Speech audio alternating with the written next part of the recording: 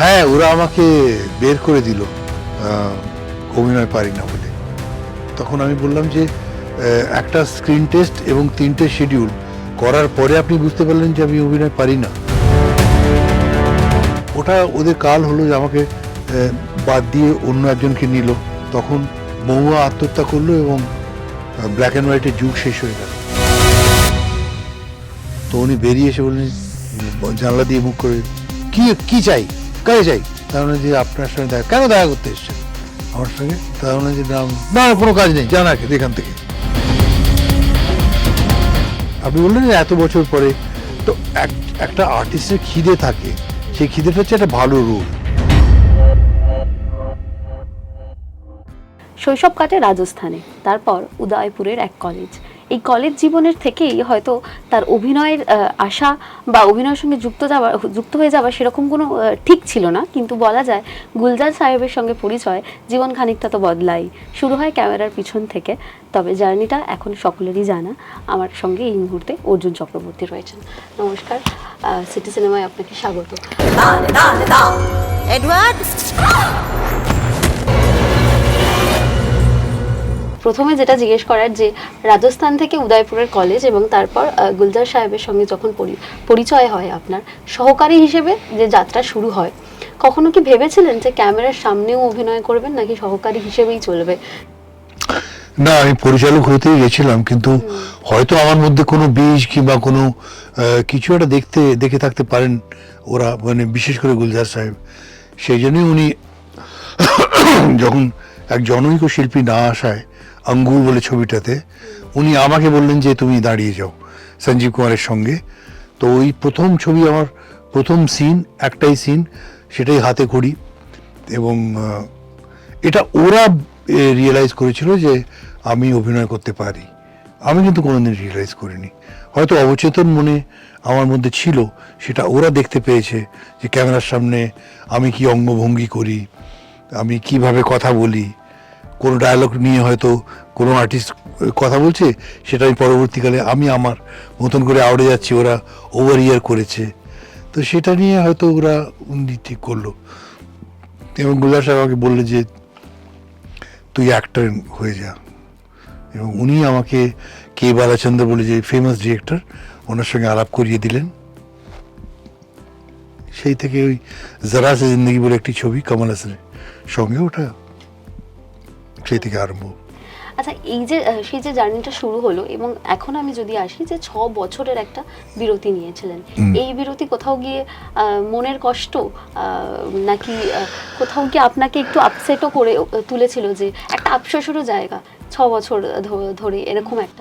না, সেরকম আফসোস নয়, তবে হ্যাঁ, একটা মাঝে মাঝে একটুখানি মন খারাপ হতো যে আমার কাছে যেরকম রোল আমি চাইছি সেরকম আসছে না কেন।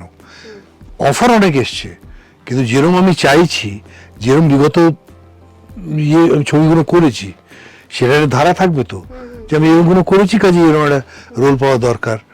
এবং সসম্মানে এবং সফলভাবে করেছি, এটাও নয়, খুব ভালো ভালো পরিচালকের সঙ্গে কাজ করেছি। সেই রোল আসছে না কেন, আমারকে নিয়ে কিংবা আমার মতন কোনো চিত্রনাট্য হচ্ছে না কেন, সেটার একটা মন খারাপের একটা জায়গা ছিল। কিন্তু যেহেতু আমার হাতে অনেক কিছু ছিল, আমি গানও গেয়েছি, আমি লেখা লিখেছি, উপন্যাস লিখে ফেলেছি, কবিতা লিখে ফেলেছি, একটা বই বেরিয়ে গেছে, তো ওর মধ্যে নিজেকে রাখতাম।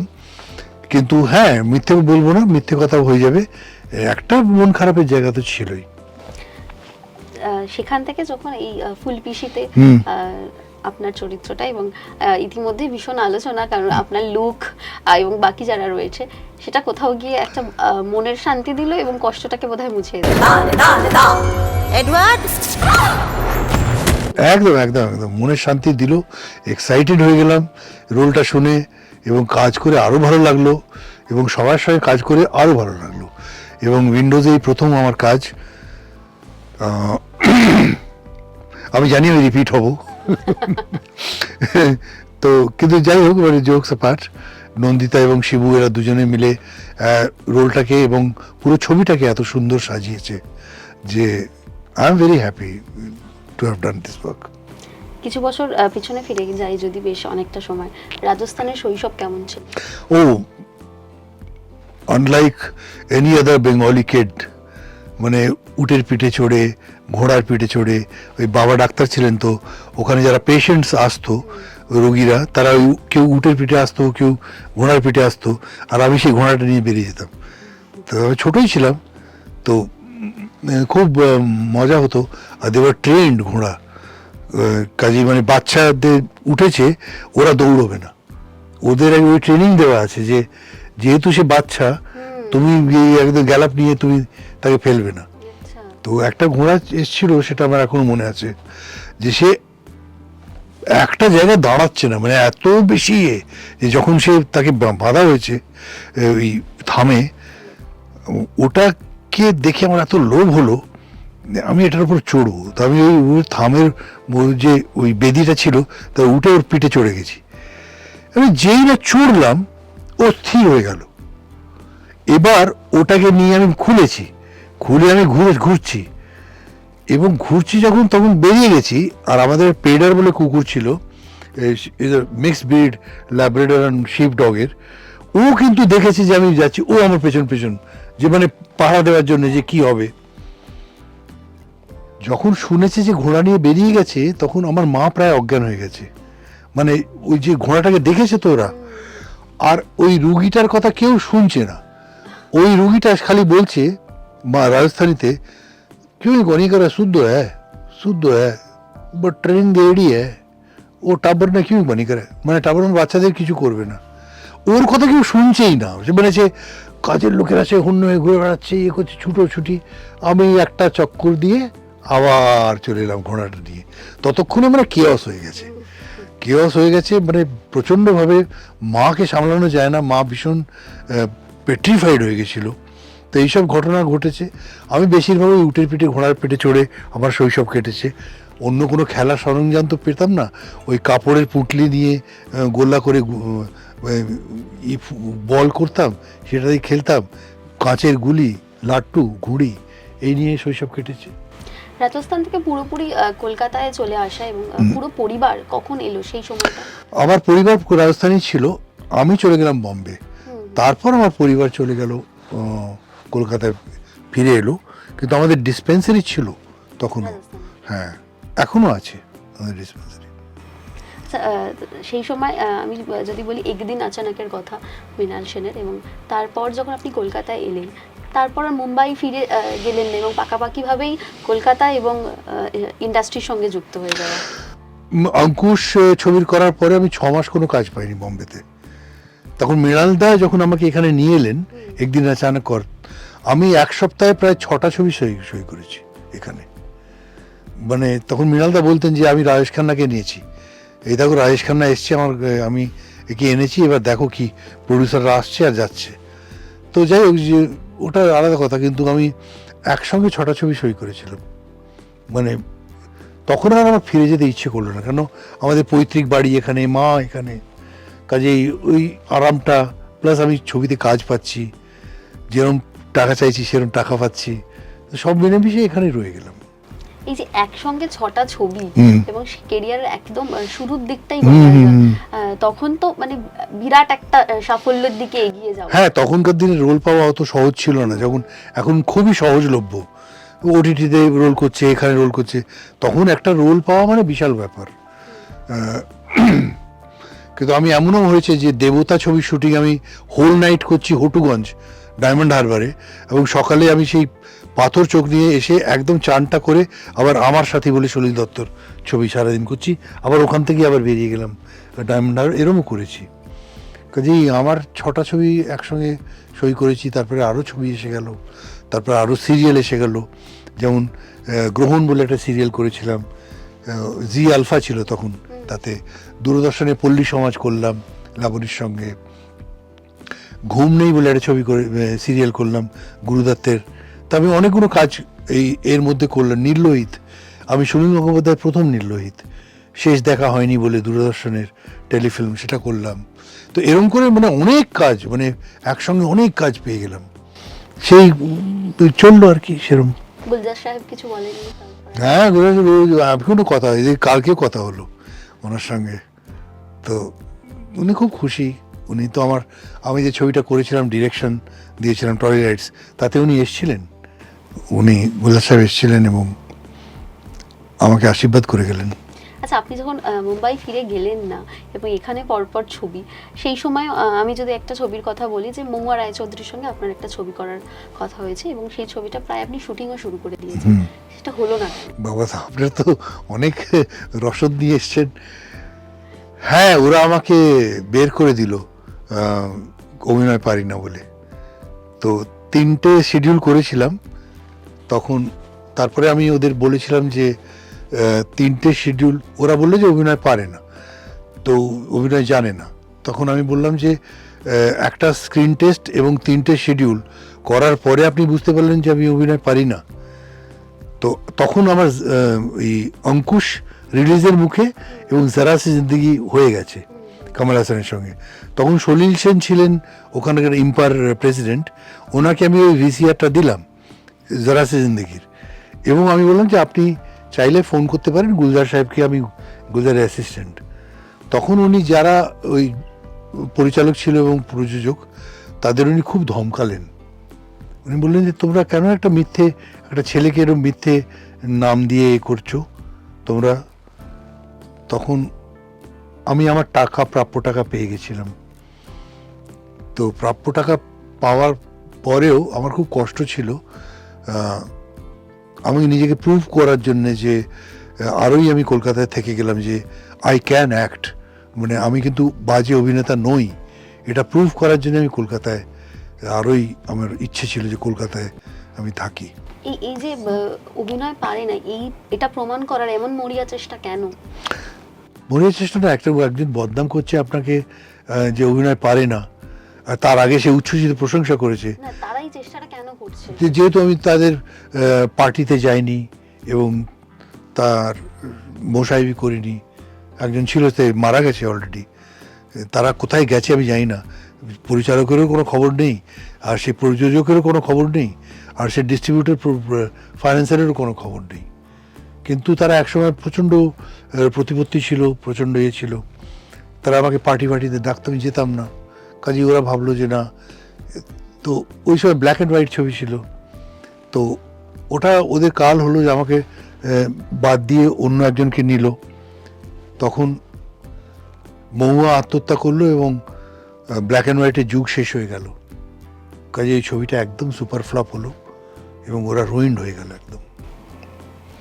আচ্ছা, এই যে আপনি যেটা বললেন যে সেই অর্থে বলা যায় যে তাদের সঙ্গে ঘনিষ্ঠভাবে মেলামেশা বা একটা কমফোর্ট জোনে যাওয়া করা, এই সময়ও আমরা অনেক সময় দেখতে পাই যে এই যে যারা খুব কাছের বা সে অর্থে বলতে গেলে যে সবসময় একটা সৌজন্যবোধ চলছে, দেখা হচ্ছে, কথা বলছে, রেগুলার যোগাযোগ, পিআর বলা হয় যেটাকে, সেটা কি তখনও ছিল এবং এখনো এই যে অলিখিত একটা রাজনীতি চলে সেটাই ছিল? হয়তো আমি ওর মধ্যে নেই, আমার পিআরটা ভালো নয়। আমি যাকে পছন্দ করি তার সঙ্গে আড্ডা মারি, এই যাকে পছন্দ করি না জোর করে পিআর করার কোনো মানেই হয় না। কাজ পাবো বলে পিআর, মানে সে তো আরোই আমি গুলিয়ে ফেলবো নিজেকে। যে যাকে আমি মানে যাচ্ছি তার সঙ্গে মিশছি, এই জন্য মিশছি যে কাজ পাবো বলে, তা আমার তো গুলিয়ে ফেলবো আমি সব কিছু। মানে ওইটাই আমার মন, মানে ইয়েতেই নেই, চরিত্রের মধ্যেই নেই। হয়তো আমি অক্ষম, পিআর পারি না বলে, সেই অর্থে আমি জানি না ঠিক।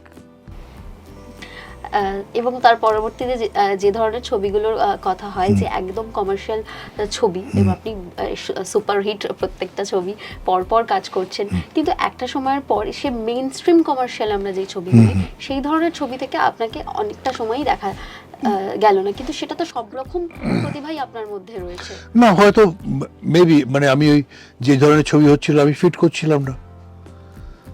আমি যে ধরনের ছবি একসময় কমার্শিয়াল ছবি হয়েছে সেটার স্টাইলটা উঠে গেল, তারপরে যে ধরনের কমার্শিয়াল ছবি হয়েছে আমি হয়তো ফিট করিনি সেখানে। আমি কাউকে দোষ দিই না, হতে পারে। একেবারেই মনে হয় যে আপনি ফিট করেননি, কিন্তু আপনার যে ছবিগুলো হয়েছে সেখানে তো দর্শকদের কোনো বারবারই, হ্যাঁ, কারণ আমি একটা ছবি করেছিলাম কর্ণ বলে, আমি ঋতুপর্ণা, তাতে আউট অ্যান্ড আউট কমার্শিয়াল, খুব সুপারহিট করেছিল ছবিটা। তারপরে আমি জানি না, মানে আই ডোন্ট নো, আমি হয়তো সেইভাবে আমাকে লোকে মানে পরিচালক খুঁজে পায়নি আমাকে সেভাবে, মানে মনে করেনি যে করার, কিংবা হয়তো ভেবেছে যে বড্ড বেশি নবেন্দু চট্টোপাধ্যায় এবং সন্দীপ রায় করছে বলে এটা হবে না, এটা মৃণাল সেন বড্ড বেশি হচ্ছে, কাজেই ও উৎপলেন্দু চক্রবর্তীর প্রসব যখন করছি তখন তো একজন প্রযোজক বললোই আমাকে, বলে তুমি কি এখানে ঢুকে গেলে, এবার উৎপলেন্দু করবে। তো তাদের মনে অলরেডি হয়তো সেটাও বাসা বাঁধতে পারে যে ও কমার্শিয়াল ছবি করতে পারবে না। আপনি কখনো প্রশ্ন করেছিলেন? না, আমি কাউকে প্রশ্ন করি না, আহ, কৈফিয়ত দিও না, কৈফিয়ত দিও না। যে চরিত্রগুলো সেই সময় করছিলেন পরপর চরিত্রগুলো, এবং সেই চরিত্রগুলো কি সবসময় মন থেকে ভালো লেগেছিল নাকি কিছু কাজ এমনিও করতে হয়েছিল? একটা দুটো কাজ এমনিও করতে হয়েছিল, মন থেকে করতে পারিনি, সেই জন্য খুব বাজে অভিনয় করেছি। মন থেকে না ইচ্ছে করলে তো কোনো কিছু। একটু তপন সেনের কথাতে আসি। আহ, দারুণ, ওর মতন মানুষ হয় না, ওর মতন পরিচালক। ওফ, যদি আর 20 বছর আগে মানে ওনার বয়স থাকতো আর আমি আরো অনেক ছবি করতে পারতাম। একটার পরিচালক যে 48টা ছবি করেছে, 48টাই অন্যরকম, কোনোটার সঙ্গে কোনো মিল নেই, অসাধারণ। আপনার সঙ্গে পরিচয়টা নিয়ে একটু বলুন যে কিভাবে পরিচয় হয়? পরিচয় কি, মানে আমি একবার তখন আমি যারা জিন্দেগি করছি, ছুটিতে এসছি, তখন আমাকে আনন্দলোকের স্বপন ঘোষ ও আমাকে বললো যে একবার তপন সিনহার সঙ্গে দেখা করো, ওরা তো নতুনকে নেয়। তখন আমি ওর বাড়ি চলে গেছি খুঁজতে খুঁজতে, তো গিয়ে উনি বারান্দা থেকে, উনি দোতলায় থাকতেন, আমি বেল দিয়েছি, তো উনি বেরিয়ে এসে বললেন জানলা দিয়ে মুখ করে, কি কি চাই, কাকে চাই? তার মানে যে আপনার সঙ্গে দেখা, কেন দেখা করতে এসছেন আমার সঙ্গে? তার মানে যে না কোনো কাজ নেই, জানা এখান থেকে। আমার এত কষ্ট হয়েছিল, এত অপমান, আমাকে, আমি প্রায় চোখে জল এসে গেছে, আমি চলে এসেছি। পরবর্তীকালে এটা কাট্টু, এবার করে দিয়ে কিনলাম রিলিজ করেছে, অনেক 2 বছর 3 বছর কেটে গেছে। আমার গায়ে জ্বর, আমি বারান্দায় বসে আছি, ঝমঝম করে বৃষ্টি পড়ছে, এমন সময়, তখন মোবাইল ছিল না, ল্যান্ডলাইনে ফোনটা বেজে উঠলো, আমি ফোনটা ধরলাম, এটা খুব সুন্দর সিল্কি সুপুরুষ কণ্ঠ, বললে অর্জুনের সঙ্গে কথা বলতে পারি? অর্জুন চক্রবর্তী, আমার নাম তপন সিংহ। আমার না ঘাম দিয়ে জ্বর ছেড়ে, আমি না, হ্যাঁ দাদা আমি বলছি অর্জুন, আর আমি তপন সিংহ বলছি, তুমি কিছু মনে করো না, আমি তোমার সঙ্গে এরকম করে কথা বলছি, তোমার হয়তো তুমি ব্যস্ত নাও তো? আমি না না দাদা বলুন, আমি একটা ছবি করছি, তোমাকে একটা চরিত্রের জন্য ভেবেছি, তুমি আউট অফ দ্য ওয়ে কিছু করো না, আমি একটু বয়স হয়ে গেছে, একটু শরীরটাও খারাপ, আমি নয়তো আমিই আসতাম তোমার বাড়িতে, তো তুমি কি একটু আসতে পারবে, আমার সঙ্গে দেখা করতে পারবে? আমরা দাদা আমি এক্ষুনি আসছি। বলে না না তুমি এরকম করো না, তুমি আউট অফ দ্য ওয়ে, তুমি কাল পরশু যখন খুশি এসো। কে কাল পরশু দেখে? আমি তখন মানে গাড়িটা বের করে ড্রাইভারেরও অপেক্ষা না করে চলে গেছি নিউ আলিপুর উঠেছি। তো উঠলে কি হয়, একটা মানুষ যে জিজ্ঞেস করবে তো যে আসতে কোনো অসুবিধে হয়নি তো, চা খাবে কি কফি খাবে, উঠে এসো, কিচ্ছু নয়। আমাকে দেখে বললেন যে, আমি নমস্কার দাদা, বলে হ্যাঁ। অর্জুন আমার এক জ্যাঠা ছিল জানো, অগাধ পাণ্ডিত্য, ভীষণ সুপুরুষ দেখতে, সবাই খুব সমীহ করে চলতো, কিন্তু যখন মারা গেল 4 জন লোক পাওয়া গেল না কাঁদ দেওয়ার জন্যে, এত নির্মম ছিল। সেই চরিত্রটা আমি তোমাকে দেবো, উঠে এসো। এই যে ইনজেক্ট করা, এই যে চরিত্রটাকে ইনজেক্ট করে দেওয়া, এই চা কফি খাওয়াটা মানে কোনো ইয়ে নয়, গৌণ।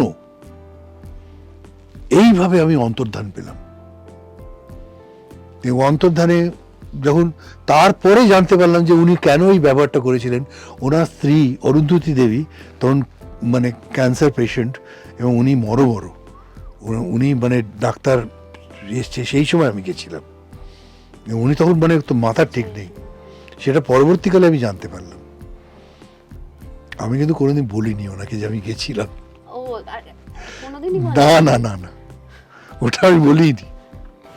আচ্ছা, অন্তর্ধানের সময় সেরকম কোথাও গিয়ে এই যে নেগেটিভ চরিত্র এবং তারপর সেই সেই চরিত্রগুলো একটা ইন্ডাস্ট্রি একটা ধারা হয়ে যায় যে একটা নেগেটিভ করলে বা সেই চরিত্রটা যদি দাপটে সহকারে করা হয় এবং জনপ্রিয় হয় পরপর পরপর সেরকম চরিত্রে ভাবা হয়। আপনার কাছে সেই হাতছানিটা ছিল? না, সে আমার ওইসব ছিল না যে নেগেটিভ। তার আগে আমি একটা ছবি করেছিলাম মানুষই বলে, তাপস পাল, আমি, রূপা গাঙ্গুলি আর সঞ্চিতা বোস বলে একটি নতুন মেয়ে। সেটাতে তো আমি নেগেটিভ চরিত্র ছিল আমার, মানে আমি গানও গাইছি, সবকিছু করছি, কিন্তু আমার জন্যই ছবিটা মানে হয়েছে অন্তর্ধানের আগে। তো কাজেই আমার ওইসব ছিল না যে, আর উনি আমাকে বলেও ছিলেন তপনদা যে দেখো তুমি ভেবে নাও, তুমি কি গাছের ডাল ধরে গান গাইতে চাও নাকি এসব চরিত্র করবে? তো আমি বললাম না দাদা, আমি এটা করব। এবং এই হচ্ছে ব্যাপার। এই যে যেটা বললেন যে গাছের ডাল ধরে গান গাইতে চাও, মানে ম্যাটিনি আইডল বা ম্যাটিনি কিং বা কুইন আমরা যেরকম বলি, এই সেই জন্যই কি আপনি খানিকটা সেই রকম চরিত্রে জোর দেননি, নাকি যে চরিত্রগুলো জনপ্রিয়তা পেয়েছে এবং সেই চরিত্রগুলোর স্বাদ আপনি অনুভব করতে পেরেছেন সেই রকম চরিত্র করে? না, এটা আমি কি করে বলবো। চলে আসি ফুলপিসি এবং এডওয়ার্ডে। হ্যাঁ, আমরা তো অনেক কথা বললাম। এই চরিত্রটা যেমন, এটা তো গাছের ডাল ধরার চরিত্র নয়, কিন্তু একটা আর্টিস্টকে স্টিমুলেট করতে হবে একটা রোল। সেই রোলটা যে আমি এই ছবিটাতে পেয়েছি। আপনি বললেন যে এত বছর পরে, তো একটা আর্টিস্টের খিদে থাকে, সেই খিদেটা হচ্ছে একটা ভালো রোল। এই রোলটার মধ্যে আমি কিন্তু ওই জিনিসটা পেয়েছি বলে আমি ইন্সপায়ার্ড হয়েছি করতে। এবং যারা রয়েছে 6 বছর পর যখন ফ্লোরে এলেন, আমি একটু সেই দিনটা শুনি যে কিরকম ছিল পুরো পরিবারের মতো। অ্যাকচুয়ালি ডাক টেক্স থ্রু দ্য ওয়াটার, মানে হাঁসের বাচ্চাকে যদি ডিম ফুটে তাকে যদি চৌবাচ্চায় ছাড়া হয়, সে সাঁতার কাটতে আরম্ভ করে, ওইটা নিয়ে কোনো অসুবিধা নেই। এবং এরা তো ব্যক্তিগত জীবনে আমাকে সবাই চেনে, আমি হয়তো কাজ করিনি এদের সঙ্গে, কিন্তু এরা সবাই চেনে, আমাকে পছন্দ করে, ভালোবাসে, আমিও এদের পছন্দ করি, কাজে সেটা দিয়ে কোনো অসুবিধা হয়নি। একটু আমাকে বলুন যে আপনার আমি যদি 80-90 দশকের কথাতে আসি, যখন কলকাতায় চলে এলেন, পরপর কাজ হচ্ছে, তারপর আর পরিচালনা করলেন না কেন? একটা ছবি করেছিলাম তো, টলি লাইটস, তারপরে আমি প্রযোজক পাইনি, কিংবা আমি খোঁজার চেষ্টা করিনি। মানে একেবারেই কি খোঁজার চেষ্টা করেনি নাকি? খোঁজার চেষ্টা করেছিলাম, কিন্তু যে কন্ডিশনস যে সেগুলো হয়তো আমার মনোপুত হয়নি। এখন ইচ্ছে রয়েছে? নিশ্চয়ই রয়েছে। আপনি যোগাযোগ করেন বা কথা? অ্যাকচুয়ালি আগ বাড়িয়ে যোগাযোগ করতে পারি না, কিন্তু যে যোগাযোগ কেউ যদি চায়, আমি মানে এক পায়ে খাড়া সেরকম একটা। আর গানের দিকটা একটু বলুন, রেয়াজ করা হয় বা চর্চায় রয়েছে? সেরকম কিছু হয় না, কিন্তু গান ভালোবাসি, গান গাই, শোজ করি অনেক, তাতেই রেওয়াজ হয়ে যায়। আচ্ছা, আপনি পরিবারের একটা আমি যেরকম শুনলাম যে পরিবারের আপনি খুব হোমসিক, মানে পরিবার homesick? No, I am not homesick, I am home bound. আপনার অভিনয়ের জীবনে আপনার স্ত্রীর কতটা ভূমিকা রয়েছে? Well, she inspires me a lot. আমি যেটা করি যার ভালো লাগে, এবং আমাকে সবসময় মানে ইন্সপায়ার করে, আমাকে প্রেরণা যোগায়। Like a friend, like a best friend, she treats me. আপনি সোশ্যাল মিডিয়া এখন খুব অ্যাক্টিভ, সেটা কি মানে এই ছবির প্রচার চলছে বা কাজ? না, আমি আগে থেকেই অ্যাক্টিভ। গত 6 বছর ধরে আমি আমার কবিতা, আমার গল্প, আমার এটা আমি ওই জন্যই আমি করি আর কি। আর ফুলপিসির জন্য তো আরোই এখন ভীষণভাবে সবাই চাইছে আমি কিছু বলি, এবং সেটা আমি অ্যাক্টিভলি, সেটাকে কনসিয়াসলি সেটাকে করি। আপনার কবিতার রসদ জিজ্ঞাসা করি, কোথা থেকে পান? জীবন থেকে পাই, সবাইকে দেখে পাই, সাধারণ মানুষ, আমার আশেপাশের মানুষ, আমার ছবি যেগুলো হয় সেগুলো থেকে পাই। আপনার সম্প্রতি একটা পোস্ট নিয়ে কথা বলি, আপনি হয়তো আজকেই বা কালকেই পোস্টটা করেছেন, এই যে জীবনের চাহিদা নিয়ে, কেউ মোটা হলে তার রোগা হওয়া দরকার, কারোর ভুঁড়ি থাকলে সে আরো রোগা হতে চাই, যে ধর্ম, রাজনীতি এবং সবকিছু নিয়ে এক একটা চাহিদা, এই উপলব্ধিটা কোথা থেকে বা কি মনে হলো এই পোস্টার পেছনে? এটা আমার সবসময় মনে হয় যে আমরা কেউ পারফেক্ট 10 নই, আমরা হতে চাই, কিন্তু আমরা কেউ পারফেক্ট 10 নই, কিন্তু যেটা আছে সেটা নিয়ে আমি কেউ ভাবি না, যেটা নেই সেটা নিয়ে আমরা সময় নষ্ট করি। তো যেটা আছে সেটা নিয়ে আমরা কেন রিলিজ করি না সেটাকে, যে এটা আছে এটাই আমার সব, আমি চাইলেও অন্য কেউ হতে পারবো না, আমি এটাই জন্য আমার রিয়েলাইজেশন হয়েছে। ধারাবাহিকের কথা যেটা আমি বলছিলাম, যে সেই সময় এখন পরপর ধারাবাহিক করছেন এবং এখন কিন্তু না মানে সেই ওই বললাম না, রোল যদি মানে সেরকম আমি দেখি তাহলে ভাববো বা চেষ্টা করবো। তো এই যে জমিদার আমরা দেখতে পাচ্ছি জমিদার মশাইকে, তো এই যখন পোশাকটা সেইটা আপনাকে কতটা, পোশাক পরলেই একটা মেজাজ এসে যায়, মেজাজ এলেই ডায়লগ বেরোয় ভালো, এবং ডায়লগ বেরোলেই সবাই খুব ভালো বলে। এই পোশাকের একটা বিশাল বড় মানে ভূমিকা আছে বই কি। আমি তো আর প্যান্ট শার্ট পরে জিন্স পরে এই অভিনয়টা করতে পারবো না, কাজে এই পোশাকের একটা বিশাল বড় ভূমিকা আছে। নতুনদের সঙ্গেও এই ছবিতে খুব ভালো, মানে ওরা এত ভালো এবং এত ওদের কাছ থেকে অনেক কিছু শিখেছি। এটা কিন্তু মানে একেবারেই বানিয়ে বলছি না, যে ওদের প্যাটার্ন, ওদের অভিনয় করার যে পদ্ধতি সেটা আমাকে ভাবিয়ে তুলেছে। অনেক কিছু শিখেছি যে এটা এরকম করলেও হয়, এবং ওদের সঙ্গে কাজ করে আমার খুব ভালো লেগেছে। অনেকদিন পর বড় পর্দায় ছবি মুক্তি পাচ্ছে, এবং সেই যে সময়টা সেটা কি প্রথম ছবির মতোই থাকে? হ্যাঁ, কেননা আমার তো এই ছবিটা উইন্ডোজের প্রথম, আমার প্রথম, এবং রোলটা প্রথম, আমি নিজেকে নিউ কামার ভাবি, কাজেই আমার তো ওই ফিলিংটাই আসবে যেদিন প্রথম ছবি করেছিলাম, সেই ফিলিংটাই আমার আছে। দর্শকদের জন্য একটাই কথা বলি, এই ছবিটা আপনারা আবার দেখবেন, বারবার দেখবেন, এইটুকুই বলতে পারি, হলপ করে বলতে পারি এই ছবিটা খুব ভালো হয়েছে। টলিউডের লেটেস্ট আপডেট, গসিপ ও এক্সক্লুসিভ ইন্টারভিউ দেখার জন্য এখনই সাবস্ক্রাইব করুন সিটি সিনেমার ইউটিউব চ্যানেল আর ফলো করুন আমাদের ফেসবুক, ইনস্টাগ্রাম ও হোয়াটসঅ্যাপ চ্যানেল।